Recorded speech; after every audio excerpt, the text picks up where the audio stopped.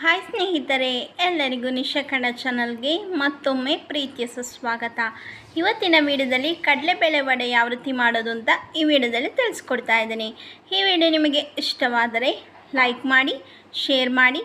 ನನ್ನ ಚಾನಲ್ನ ಇನ್ನೂ ಸಬ್ಸ್ಕ್ರೈಬ್ ಆಗಿಲ್ಲದಿದ್ದರೆ ಈಗಲೇ ಹೋಗಿ ಸಬ್ಸ್ಕ್ರೈಬ್ ಆಗಿ, ಪಕ್ಕದಲ್ಲಿ ಕಾಣೋ ಬೆಲ್ ಬಟನ್ನ ಟಚ್ ಮಾಡಿ. ಈ ರೀತಿ ಮೊದಲು ನಾನಿಲ್ಲಿ 1 ಕಪ್ ಆಗುವಷ್ಟು ಕಡಲೆಬೇಳೆನ ಫಸ್ಟ್ ನೆನೆಸಿಟ್ಟಿದ್ದೀನಿ. ನೋಡಬಹುದು ಚೆನ್ನಾಗಿ ನೆಂದಿದೆ. ನಾನಿಲ್ಲಿ 2 ಗಂಟೆಗಳ ಕಾಲ ನೆನೆಸಿಟ್ಟಿದ್ದೀನಿ. ನೀವು ಬೇಕಾದರೆ 4 ಗಂಟೆಗಳ ಕಾಲ ಬೇಕಾದರೆ ಕಡಲೆಬೇಳೆನ ನೆನೆಸ್ಬೋದು. ಚೆನ್ನಾಗಿ ನೆಂದ ನಂತರ ಕಡಲೆಬೇಳೆನ ಮತ್ತೆ ತೊಳೆದುಬಿಟ್ಟು ಕಡಲೆಬೇಳೆಯಲ್ಲಿರುವ ನೀರನ್ನೆಲ್ಲ ಸೋಸ್ಕೊಳ್ಬೇಕಾಗುತ್ತೆ. ಈಗ ಇದಕ್ಕೆ ಮಸಾಲೆ ರೆಡಿ ಮಾಡ್ಕೊಳ್ಬೇಕು. ಈ ರೀತಿ ಮಿಕ್ಸಿ ಜಾರಿಗೆ ನಾನು 3 ರಿಂದ 4 ಹಸಿಮೆಣಸಿನ್ಕಾಯಿ, 2 ಒಣಮೆಣಸಿನ್ಕಾಯಿ, ಅರ್ಧ ಇಂಚು ಶುಂಠಿನ ಚಿಕ್ಕದಾಗಿ ಕಟ್ ಮಾಡಿರೋದು ಈ ಮಿಕ್ಸಿ ಜಾರಿಗೆ ಸೇರಿಸ್ಕೊಳ್ತಾ ಇದ್ದೀನಿ. ನಂತರ 1 ಮೀಡಿಯಮ್ ಸೈಜ್ ಈರುಳ್ಳಿ ಚಿಕ್ಕದಾಗಿ ಕಟ್ ಮಾಡಿರೋದು ಸಹ ಸೇರಿಸ್ಕೊಳ್ತಾ ಇದ್ದೀನಿ.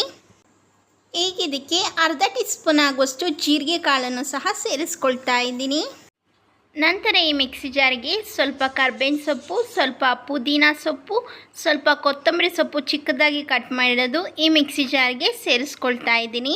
ಹೀಗೆ ಇದನ್ನು ತೆರಿಯಾಗಿ ಗ್ರೈಂಡ್ ಮಾಡ್ಕೊಂಡು ಬರೋಣ. ನೋಡಿ, ಈ ರೀತಿ ತೆರಿಯಾಗಿ ಗ್ರೈಂಡ್ ಮಾಡ್ಕೊಂಡಿದ್ದೀನಿ. ಈಗ ಇದನ್ನು ಒಂದು ಬೌಲ್ಗೆ ಹಾಕ್ಕೊಳ್ತಾ ಇದ್ದೀನಿ.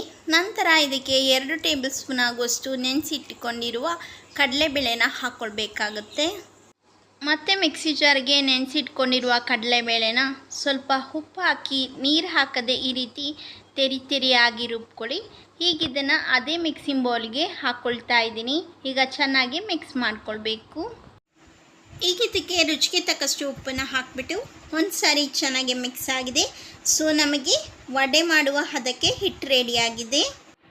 ಫ್ರೈ ಮಾಡಲಿಕ್ಕೆ ಎಣ್ಣೆ ಚೆನ್ನಾಗಿ ಬಿಸಿಯಾಗಿರಬೇಕು. ಈಗ ನಿಮಗೆ ಯಾವ ಸೈಜಿಗೆ ವಡೆ ಬೇಕು ಅಷ್ಟು ಹಿಟ್ಟನ್ನು ತೊಗೊಂಡು ರೌಂಡಾಗಿ ಮಾಡಿಕೊಂಡು ಈ ರೀತಿ ವಡೆ ಶೇಪ್ಗೆ ಕೈಯಿಂದ ತಟ್ಕೊಳ್ಬೇಕು.